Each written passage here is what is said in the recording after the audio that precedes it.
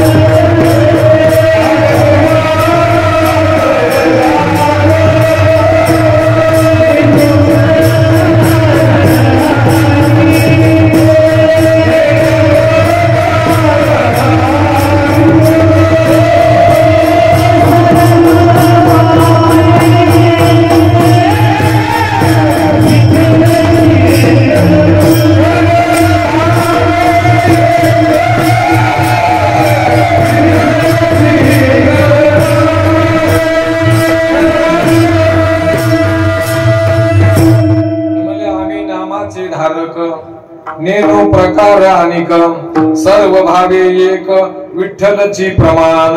नामावर प्रथम निष्ठा. आणि कलियुगात सगळ्यात मोठं साधन आहे नाम. सध्या आणि परमार्थातल्या 2 गोष्टी महत्वाच्या आहेत. एक चांगलं आचरण आणि दुसरी गोष्ट नामस्मरण. म्हणून या ठिकाणी मोतीराम महाराजांनी नामस्मरणावर भर दिला. नामनिष्ठा. मोतीराम महाराजांची नेमनिष्ठा. नेमनिष्ठा जर पाहिजे तर महाराज यावर नियमच द्यायचा नाही. कोणी एका नावाच म्हणलं महाराज नेम द्या ना मला, आमच्या गावात नेम द्या मला. माणसाने सांगायचं आणखी 8 दिवसाला तू काय कर त्या गावात माझा नियम तिथे ये. मग तो माणूस 8 दिवसाला पुन्हा गेला ना पुन्हा त्याला सांगायचं नाही रे म्हणजे तुला म्हणलो होतो म्हणजे इथे ये पण आणखी काय कर 15 दिवसाला त्या गावाला नियम तिथं येतो. तो 3-4 दिवस फुलकावून द्यायच्या. आणि खरंच जर गरज असणारा माणूस पुन्हा जर तिथं पोहोचला तर अशा माणसाला नियम द्यायचा. त्यांना ओळखायचं की हा माणूस नियम चालवू शकतोय. नाही तर नादी भेदी माणसाला दिला एकदा पुन्हा जर त्यानं सोडून गेला तर जमायचं नाही. त्यांनी गाववाल्याकडे नियम चालवले आणि नंतर महाराजांनी सुद्धा कठीण प्रसंग असेल, कधी पाऊस असेल, कधी पाणी असेल, एखाद्या वेळेस त्याची परिस्थिती नाजूक असेल तरी सुद्धा महाराजांनी नियम आपण पडता जड भारी नियमान टळीची निर्धारी.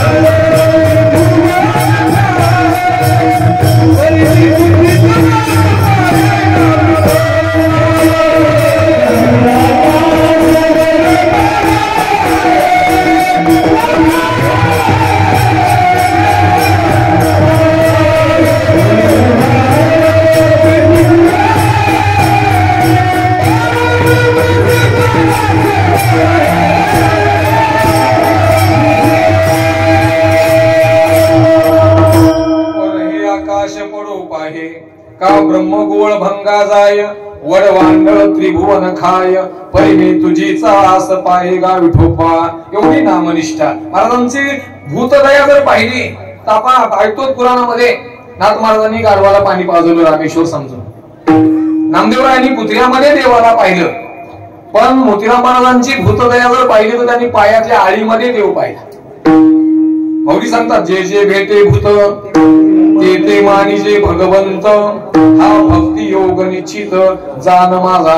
पायातली आळी जन्मभर सांभाळी पण तिला देव समून साखर टाकायची म्हणून पुन्हा पट्टी बांधून टाकायची. एवढी ना या ठिकाणी भूतदयेचा परमोच्च आदर्श म्हणून या आदर्श महापुरुषांचा नियम आपल्या गावामध्ये मिळालाय. आपलं भाग्य आहे, आपण परंपरेनं याचा धरीला अभिमान आणि करीला फुले जतन.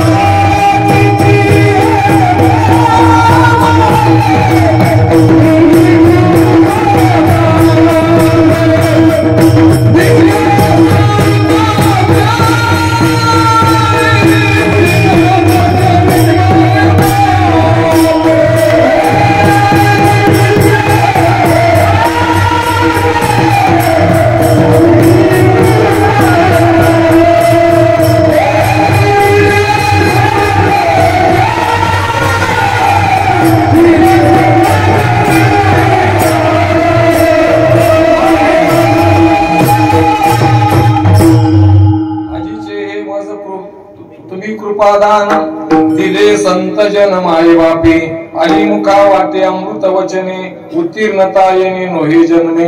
या ठिकाणी श्री संत मोतीराम महाराजांच्या नियमानिमित्त घेतलेला अभंग जगद्गुरु श्री संत सम्राट जगद्गुरु तुकोबारायांचा अभंग असून महाराज या ठिकाणी संतांच्या उपकाराबद्दल या ठिकाणी माहिती सांगतात. संतांचं महात्मा सांगत असताना जगद्गुरु तुकोबाराय संतांच्या कोणत्याच गोष्टीचं संवर्णन करता येत नाही. संतांचं महात्मा सांगत असताना तुकोबाराय सांगतात काय वाणू आता ही वाणी मस्तक चरणी ठेवी जरू. संतांचा महिमा तो बहु दुर्गम शाब्दिकाचे काम नाही ते.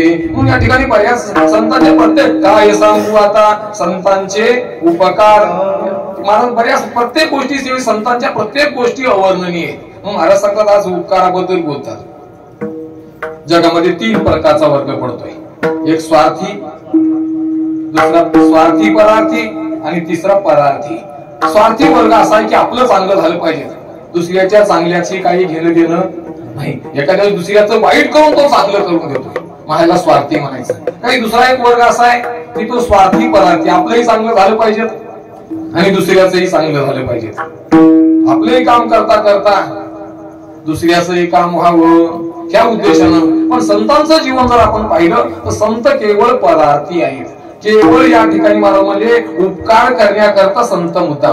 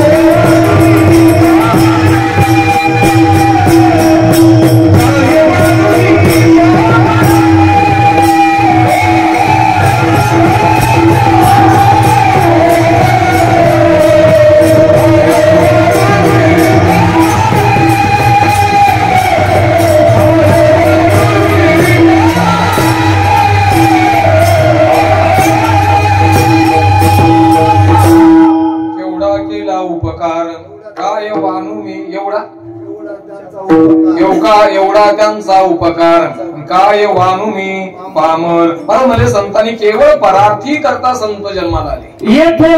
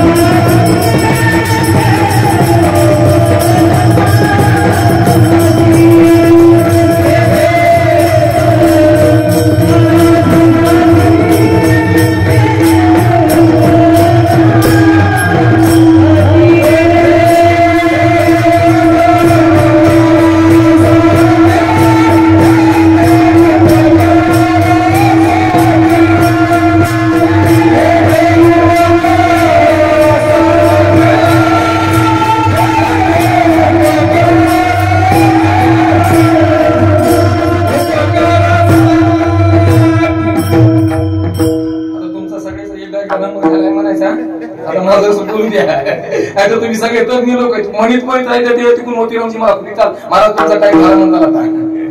महाराज म्हणतात केवळ उपकार करण्याकरता संतांचा अवतार झाला. एका सुभाषितामध्ये सांगितले रविचंद्रो घनवृक्षो नदी गावच्च सज्जना येतो परोपकारार्थ विश्वदेवेन निर्मिता. म्हणजे रविचंद्रो घनवृक्षो, रवी म्हणजे सूर्य, चंद्र, मेघ, वृक्ष, नदी, गाय आणि सज्जन या 7 वस्तू भगवंतानं परोपकार करण्याकरता निर्माण केले. सूर्य केवळ परोपकाराकरता. सूर्याचं काही काम नाही. आज म्हणजे या ठिकाणी सूर्य प्रकाश देण्याकरता पर्वत या ठिकाणी तयार झाला. सूर्याचं काम काय? तातलिया सगळ्या जगाला प्रकाश देणं. महाराज सूर्याचं काम प्रकाश देणे. प्रकाशे सूर्य स्वज्वल. पण माऊली सांगतात सूर्याचं काम प्रकाश देणे. चंद्र रात्रीला आम्हाला प्रकाश देतोय. नदी, रविचंद्र, घन, मेघ या ठिकाणी आम्हाला पाणी देण्याचं काम करतोय. आता यंदा एक अतिवृष्टी म्हणून सोडून द्या, पण व्यवस्थित जर पाणी पडलं तर सगळं आम्हाला शेतीला पाणी आहे, पिण्याकरता पाणी आहे. जल हे जीवन आहे माणसाचं. म्हणून या ठिकाणी मेघ उदार यांच्या करता. पण महाराज म्हणजे या ठिकाणी रविचंद्र, घन, वृक्ष परोपकारा करता. म्हणजे वृक्षाचं काम आहे केवळ परोपकार. परोपकाराय फलंती वृक्षा. वृक्ष परोपकारा करता फल देतात. परोपकाराय दुहंती गावा. काही परोपकारा करता दूध देतात. परोपकाराय वहंती नद्या. परोपकाराय इदं शरीरम. हे शरीर भगवंतानं परोपकार करण्याकरता दिलं. आता आमचं काम आहे, आमचा संसार जबाबदारी देवानं सोपवलेली जबाबदारी आहे असं समजून आपली जबाबदारी पार करता करता आपल्याला दुसऱ्यालाही मदत करता आली पाहिजे. केवळ परार्थी आपण संसारिक माणसालाही जगू शकणार, पण आपलं काम करता करता दुसऱ्यालाही शक्य झाली तर तिची मदत करावी. म्हणून या ठिकाणी महाराज म्हणतात शरीर परोपकाराय इदं शरीरम. म्हणून या ठिकाणी संतांचं जे काम आहे ते केवळ परार्थी आहेत, केवळ उपकारा करता. परोपकार 2 गोष्टी सांगितल्या पाहिजे. अष्टादश पुराणानी व्यासस्य वचनद्वयम् परोपकार पुण्याय पापाय परपीडनम. 18 पुराणामध्ये 2 गोष्टी व्यासानी प्रमुखाने सांगितल्या. परोपकार म्हणजे पुण्य आणि पाप म्हणजे परपीडा. पुण्य परोपकार, पुण्य परोपकार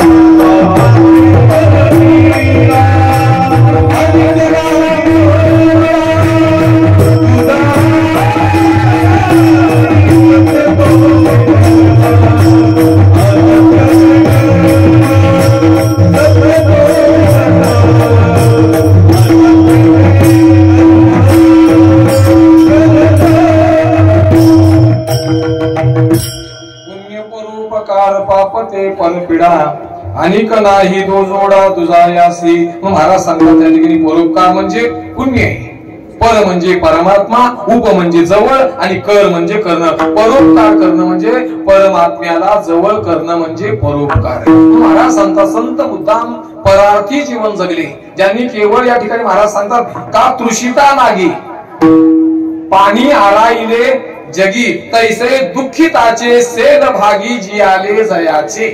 पाण्याला पाण्याचं काही काम नाही, पण पाणी केवळ तहानलेल्या माणसा करता, शेतातले पिका करता, जसं पाणी या ठिकाणी दुसऱ्याच्या तृषिता करता झालंय जगामध्ये, तैसे दुःखिताचे सेद भागी जी आले जयाची. ज्यांचं जीवन जर आपण पाहिलं तर केवळ दुःखित लोकांचं दुःख दूर करण्याकरता संतांचा अवतार कार्य म्हणून महाराज सांगतात त्या ठिकाणी. मी काहीचे उपकार सांगता येतात, काहीचे उपकार असे की सांगता येतात. एखाद्या माणसाला आपल्याला मदत केली तर सांगता येते बुवा आमच्या मुलीच्या लग्नाला माणूस खूप चांगला आहे आणि 1 लाख रुपये न मागता दिले.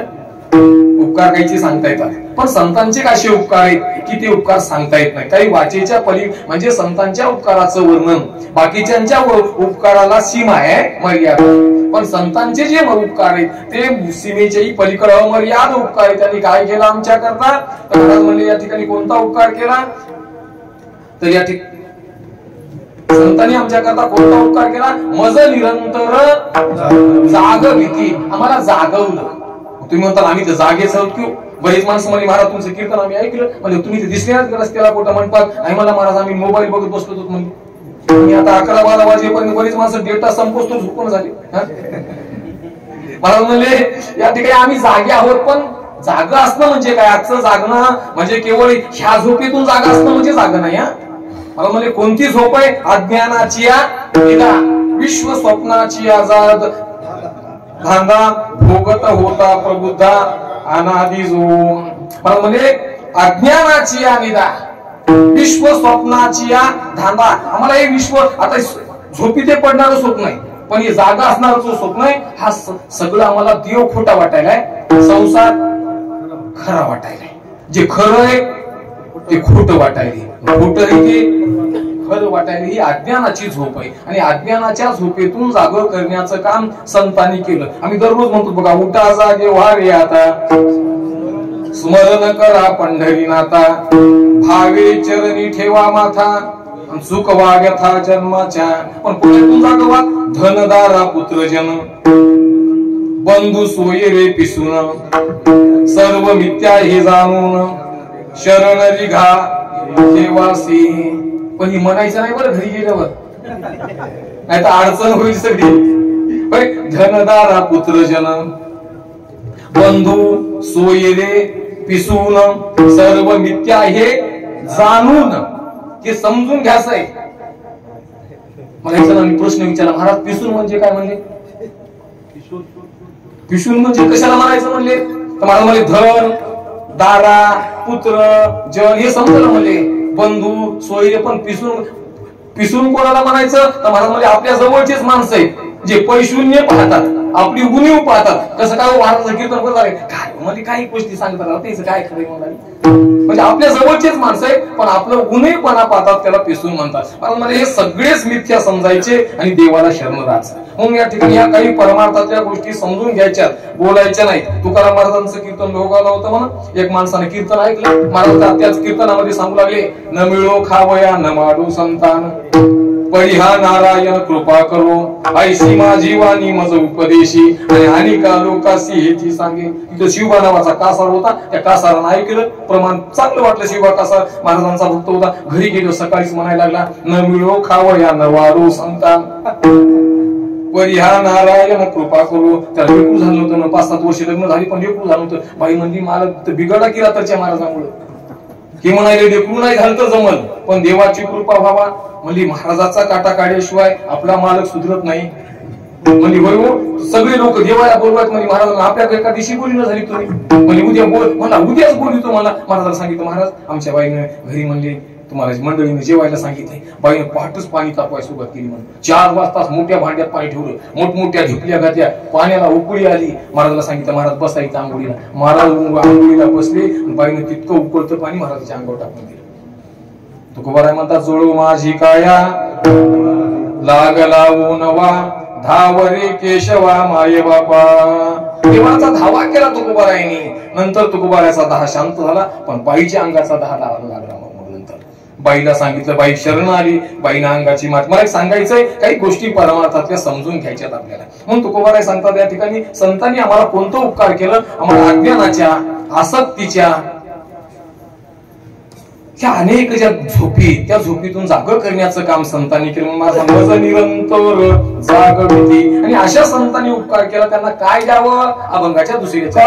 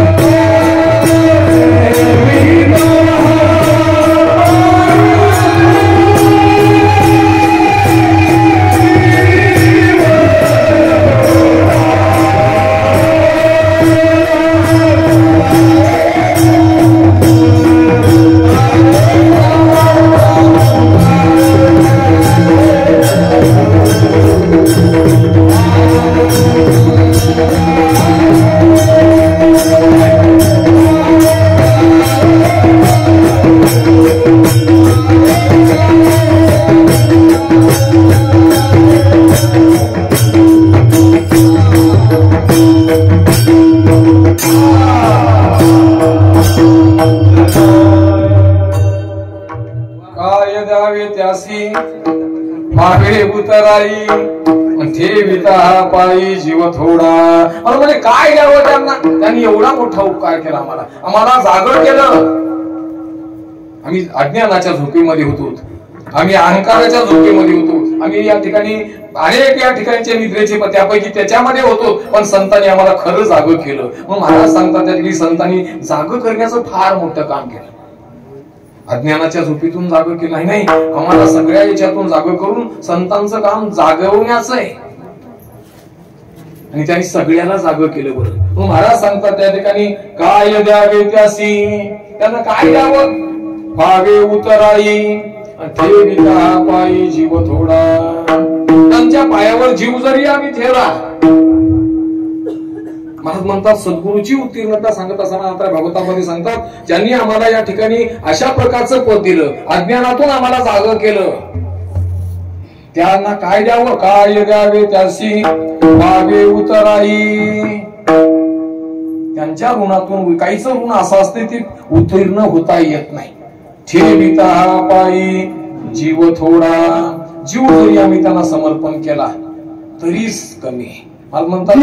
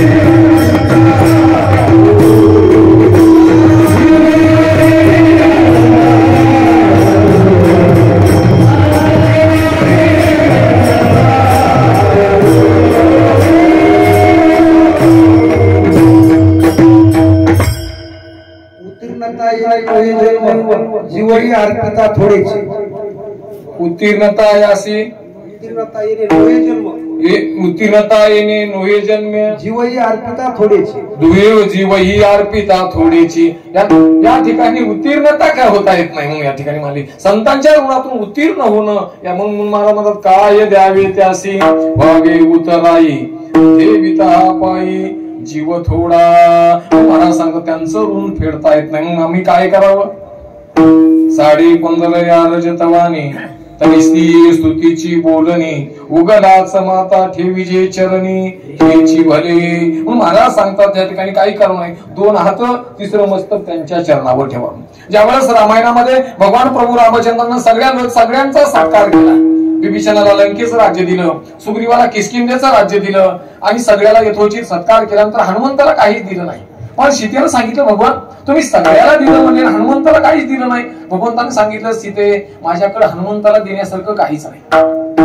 सीतेला वाटलं ज्या माणसाने एवढा उपकार केला त्याच्याकरता देण्याकरता काय नाही. सीतेच्या गळ्यामध्ये 9 रत्नांचा हार होता. एका रत्नांचं मूल्य पृथ्वीचे मोल थोडे ऐसे अनर्घ्य रत्न जोडे. असं अनर्घ्य रत्न सीतेच्या गळ्यामध्ये होतं. सीतेनं ती माळ काढली आणि हनुमंताच्या गळ्यामध्ये घातली. हनुमंतराय बाजूला जाऊन बघतात की असं इकडून तिकडून बघितलं म्हणून तोंडात घातलं.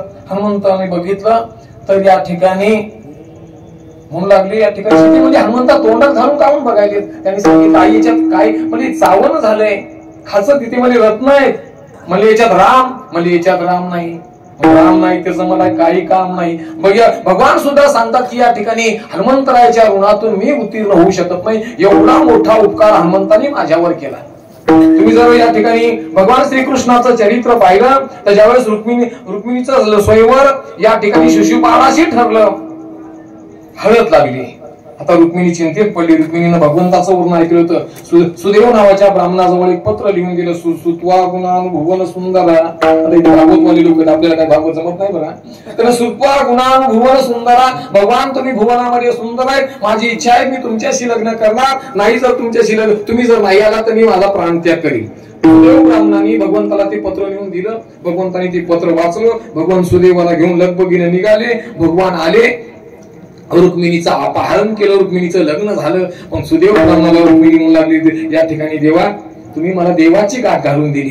तुमच्या ऋणातून मी काय उत्तीर्ण होऊन मी काही देऊ शकत नाही. रुक्मिणीनं भगवंता या ठिकाणी सुदेवाच्या पायावर डोकं ठेवलं. मला एक सांगता येतंय की काही जरी संतांनी जे काही तुमच्या उपकार केला आम्ही काहीच करू शकत नाही. एकच करावं त्यांनी सांगितलेल्याप्रमाणे आमचं आचरण बनवावं आणि त्यांच्या ठिकाणी विनतमस्तक होणं म्हणजे नम्रता म्हणजे नमनते नम्रता. आम्ही त्यांच्या पुढे वाकणं म्हणजे पाया पडणं केवळ जाणं नाही तर त्यांचे या ठिकाणी त्यांचे विचार आमच्या मस्तकामध्ये धारण करणं ही खऱ्या अर्थानं शरणागती. म्हणून महाराज सांगतात काय द्यावे त्यासी वागे उतराई ठेविता पायी जीव थोडा. ते कसं उपदेश करतात.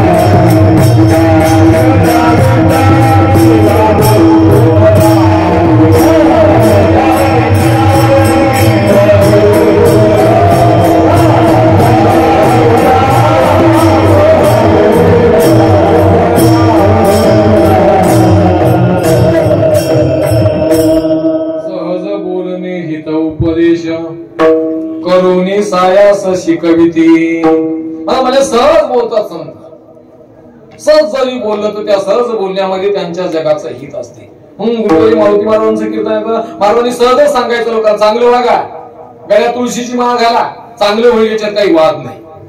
लोकांनी ऐकलं बरं. बऱ्याच वेळेला लोक जेव्हा करतात याची माहिती आणि मला मी लहानपणी बघितलं 4-4 पायरीच्या सपाटी जरी दिल्या तर गावातल्या लोकांना उरल्याच नाही ते कसाही. कारण जवळच्या खेळचे सगळेच माणसं माहेरला यायचे जेवायला मिळायचं म्हणून. पण महाराज म्हणले जेवायच्या निमित्त बरेच लोक म्हणायचे मला महाराज आम्ही आले आम्हाला रात्रभर बसणं होत नाही, कसं करजा भात मारायची म्हणजे जेवण जा झोपी जा, उद्या तुम्हाला लोक काम करायचे, लेकर बाळ जगवायचे. मला एक सांगायचंय, सहज बोलले पण तेवढ्या गोष्टी लोकांनी ध्यानात धरल्या, ऐकल्या आणि आपल्या जीवनाला सुधारणा करून घेतली. मला एक सांगायचंय, सहज तुका तरी सहज बोले वाणी, त्याचे घरी वेदांत वाहे पाणी. तुकोबाराचे अभंग सहज दिसायचे, पण सहज दिसत असताना या ठिकाणी त्यांच्या अभंगामध्ये वेदाचं तत्वज्ञान होतं, उपनिषदाचं तत्वज्ञान होतं.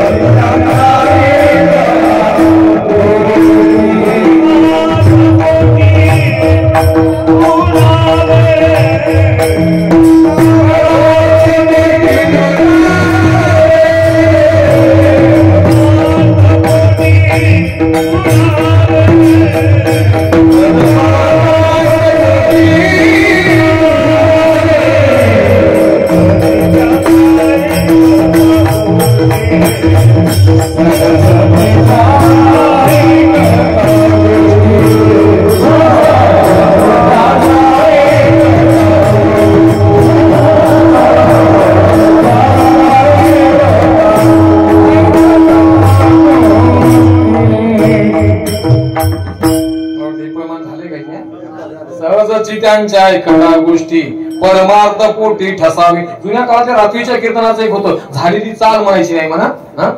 आता जुनं सांगायला मी, झालेलं प्रमाण घ्यायचं नाही आणि महाराजांना अभंग सोडून बोलायचं नाही. म्हणजे त्या अभंगात जे 4 चरणाचा अभंग रात्रभर घेतला ना, तो अभंग परिपूर्ण सोडण्यात येईल. आता 15 कीर्तन व्हाले, पण एकही महाराज दुसरीकडे असं नाही झालं पाहिजे ना. जुन्या काळात होतं की अभंगाच्या बाहेर नाही जायचं आणि पिष्टम नाही म्हणायची, जळालेलं जळायचं नाही. आता हे जुने लोक मी ऐकलंय बरं तसं, पण या ठिकाणी मला एक सांगायचंय की या ठिकाणी महाराज म्हणतात सहज सांगायचं, सहज बोलणे हित उपदेश आणि करोनी सायास शिकविती. सायास करून शिकवणं, जसं लहान लेकराला तुम्हाला सांगतो 4वी 5वीच्या पुढच्या लेकराला शिकवणं सोपं आहे, पण जे अंगणवाडीमध्ये लेकर आहेत, पहिलीला नेमकेच गेले, त्या लेकराला DED झालेला शिक्षक असतोय, पण लेकरामध्ये लहान व्हावं लागतंय बरं त्याला. अर्भकाचे साठी पंते हाती धरिली पाटी, तैसे संत जगी क्रिया करोनी दाविती अंगी. अंगणवाडीच्या मॅडमला विचार, अंगणवाडी काहीच शिकत नाही पहिल्यांदा सुरुवातीला गेल्यावर, पण तुम्ही म्हणजे काला लेकरू पाठवायचं उगाच, तिथं कसं बसावं इथून शिकवल्या जाते. त्याला बडबड बोलायचं शिकवतात, 4 लेकराशी त्याला जुळून घेण्याचं शिकवल्या जाते. नंतर त्याला एखादं गाणं, एखादी कविता, एखादं काहीतरी शिकवल्या जात. नंतर पेन धरायचं 4व्या 5व्या वर्षापर्यंत पेन धरता येत नाही माणसाला, पेन धरवण्यापासून शिकवावं लागतंय. पहिल्यांदा तुम्ही जर पहिलीच्या वर्गात जाऊन बघा कधी, तिथं आडव्या रेषा, उभ्या रेषा, अर्धा गोल, पूर्ण गोल. मग तुम्ही म्हणता काय शिकवायला मात्र आमचं पोरग तर घरीच 100 पर्यंत म्हणत होतं म्हणले पहिलंच, पण तिथं ते शिकवल्याशिवाय हे पुढचं येत नाही. मग महाराज म्हणले ते कसं संतांनी स्वतः केलं आणि लोकांना सांगितलं, आधी केले मग सांगितले. महाराज म्हणतात देखा प्राप्त्यार्थ झाले, अंगे निष्कामता पावले तयाही कर्तव्यासे उरले लोका लागी. मार्गी अंधा सरिसा पुढे देख नाही चाले जैसा, अज्ञाना प्रगट व्हावा धर्म तैसा आचरुनी. म्हणतात त्या ठिकाणी संतांनी काय केलं आमच्यावर, कोणती जसं एखाद्या देखा प्राप्त्यार्थ झाले, एखाद्याला प्राप्त झाले आपलं काम संपलंय, अंगामध्ये निष्कामता आली, तरी त्याही कर्तव्यासे उरले लोका लागी. आंधळ्या माणसाला घेऊन जाते सोबत, त्याचा हात धरलाय, सांगा की बाबा इथं नाली, पाय जरा उचलून टाका. मार्गी अंधा सरिसा पुढे देख नाही चाले जैसा, अज्ञाना प्रगट व्हावा धर्म तैसा आचरुनी. मी कधी सांगतो ढोरवळणाऱ्या माणसाला माग राहावं लागते मला काठी घेऊन, आणि ज्याला समाजामध्ये पुढी राहायचंय, पुढी राहायला कोणाला आवडते? पैसे घ्यायला म्हणजे आपल्याकडे वही देत असले तर आपण राहतो बा. मला एक जण मला आपल्याकडे वही नको गडी, मला नुसते पैसे देत असले तर राहतो, पण तिला वाढायला असलं तर माणसाला बुंदीचं असलं तर बरं वाटतंय. भाजी कोण वाढा, मला पाणी ती पार उचलायचं, आपल्याला नको बा म्हणला तसलं काम. म्हणजे माणसाला पुढी राहणं म्हणजे कोणतंय? पुढी राहणं म्हणजे आपण अगोदर वागावं लागेल आणि नंतर त्या आचरणातून सांगायची गरज नाही, सांगितल्याचा आपोआप त्याचा प्रभाव समाजावर पडतो. मग महाराज सांगतात त्या ठिकाणी काय केलं, संतांनी अगोदर वागून दाखवले. मग महाराज सांगतात तैसे संत जगी क्रिया करून दाविती अंगी. स्वतः त्यांनी आचरण करून आमच्या करता दाखवलं. महाराज म्हणतात या ठिकाणी अशा प्रकारचा संतांचा उपकार आहे आमच्यावर. म्हणून या ठिकाणी त्यांच्या उपकारातून ऋणी उत्तीर्ण होता येत नाही. अभंगाच्या शेवटच्या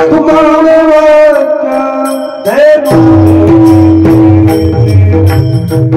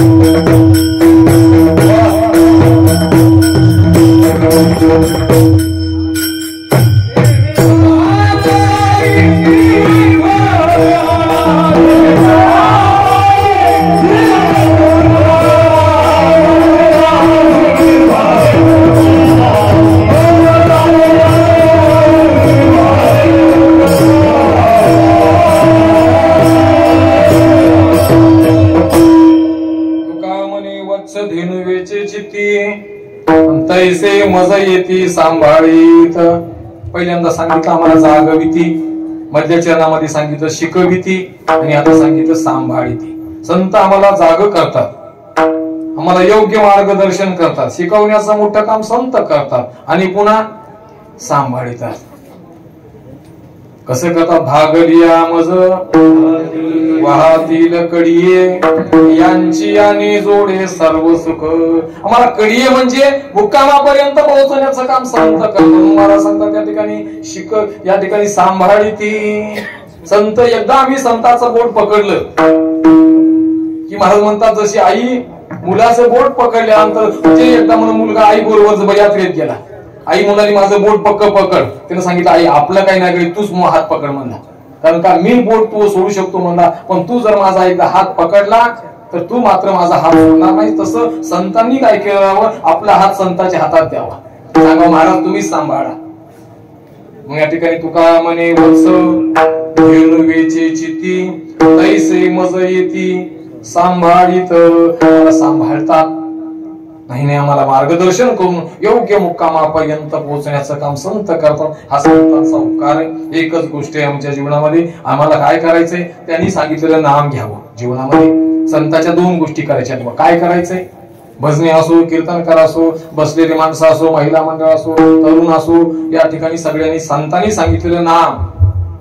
आपण माळकरी माणसं आहोत ना, आपण दिलेला मंत्र, आपलं काम धंदा व्यवहार प्रपंच देवानं सोपवलेली जिम्मेदारी म्हणून करायची, पण ते करत असताना संतांनी सांगितलेलं नाम आपण जपायचंय. पुन्हा दुसरी गोष्ट आहे की आचरणाच्या बाबतीत धर्म, विष्णू सहस्रनामामध्ये सांगितलंय आचार प्रभवो धर्म, धर्मस्य प्रभूच्युतः. आचरण हे धर्माचं प्रभावी अंग आहे. मग आचार संपन्नता पाळणे परमार्थ ती सगळ्यात मोठी गोष्ट आहे. मग ती सगळ्यांनीच बरं, माळकरी चांगलं वागावं, भजनेनी चांगलं वागावं, महाराजांनी चांगलं वागावं, अशा याने ते चांगलं वागलंच पाहिजे ना. पण बाकीच्या सर्वसामान्य तरुण माणसांना आधी सगळ्याला कळकळीची विनंती, वा आपल्यामध्ये निर्व्यसनीपणा, साधी राहणे, ह्या गोष्टी आमच्या जीवनामध्ये ठेवल्या. Simple living and high thinking अशा पद्धतीचं आचरण आमच्या जीवनामध्ये आम्ही जर ठेवलं तर आमचं जीवन खऱ्या अर्थानं सफल होईल. म्हणून एक दिवसाचा नेम नाही बा, संत विचाराप्रमाणे प्रत्येकानं आमचं आचरण बनवणं. आता सध्या तरुणांचा देश आहे, सध्या म्हणून 60-65% वर तरुण लोक आहेत भारतामध्ये. प्रत्येक गावामध्ये म्हातारी माणसं कमी झाली आता. सध्या 70ला पुढी तरुण, पहिल्या काळात जुनी माणसं असायची. आता पोराच्या मनावर महाराज, पोराच्या मनावर भजनी, सगळं किती पट्टी द्यायची ते पोराच्या मनावर. ही सगळं चांगली गोष्ट आहे, पण ते करता करता वर्षभर आपलं आचरण सांभाळा. दुर्व्यसनापासून, वाईट गोष्टीपासून 2 हात दूर राहा. ह्या गोष्टी आमच्या जीवनामध्ये पाळल्या तर खऱ्या अर्थानं संत विचार आमच्यामध्ये रुजून आमचं जीवन सफल होईल. आणि मोतीराम महाराजांच्या शेण हेच मागू की महाराज तुम्ही आम्हाला अशा पद्धतीचा आचाराच्या बाबतीत सांभाळा आणि ते आपल्याला जरूर सांभाळतील. आणि अशा प्रकारची मंगलमय कामना करून कीर्तन रूपी सेवेला विरामावली ज्ञानेश्वर.